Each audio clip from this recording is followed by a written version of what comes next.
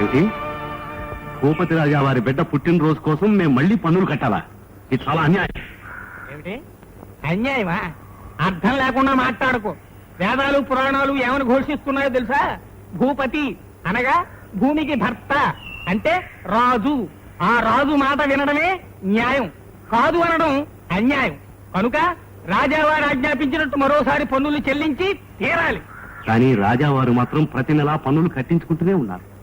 కష్టపడో బాధపడో భయపడో ఎదురు చెప్పకుండా కడుతూనే ఉన్నాం. అంతటితో ఆకుండా తమ వినోదాలకి విలాసాలకి సరదాలకి సంబరాలకి కొత్త పన్నులు సృష్టించి ఇలా ప్రజల మీదకి దారుణంగా దాడి చేయడం దైవం దృష్టిలో దుర్మార్గం బాబు. చూడు, రాజే దైవం, వారి మాటే వేదం. దైవమే అయితే దయ చూపాలి, చల్లటి మనసుతో దీవించాలి. అంతేగాని ప్రజల్ని ఇలా పీడిస్తూ పాలించకూడదు. తల్లికి పెంపకం, ప్రభువుకి పరిపాలన ఎలా చేయాలో చెప్పడం చేపకి ఈత నేర్పడం లాంటిది. నువ్వేం చెప్పనక్కర్లేదు. బిడ్డల్ని బాధించే తల్లికి, ప్రజల్ని హింసించే ప్రభువుకి బుద్ధి చెప్పి తీరాలి. బుద్ధి చెప్పాలని నువ్వు ఒక బుద్ధుడిలా బయలుదేరితే ఏం జరుగుతుందో తెలుసా? ఏమిట్రా జరిగేది? ప్రజల్ని పాలించడం తెలియక అధికారం ఉంది కదా అని దోచుకుంటూ, అవకాశం ఉంది కదా అని అన్యాయాలు చేస్తూ, ఒళ్ళు మరచి కళ్ళు మూసుకుపోయి గద్దెనెక్కి రాబందుల్లా పీకు తినే ఏ పెద్దలైనా ఎక్కువ కాలం ఎత్తు మీద ఉండలేరు. ప్రజలు శివమెత్తారంటే అలాంటి ప్రభుత్వాలు నేల రాలిపోతాయి, నామరూపాలు లేకుండా పోతాయి. తెలుసా?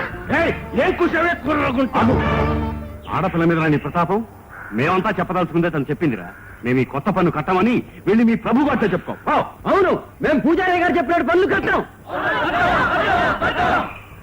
కట్టం అని మీరంతా కట్టగట్టుకుని అరిస్తే అదేదో శుభవార్తలా పట్టుకెళ్లి రాజావారికి చెప్పడానికి కాదురా మేము వచ్చింది.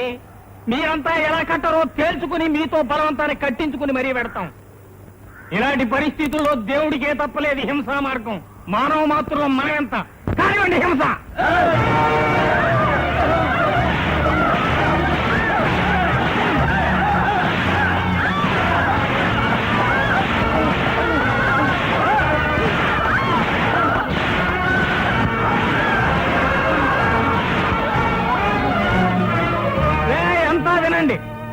మేము ఈ రాత్రికి ఊరి బయట మకాం వేస్తున్నాం.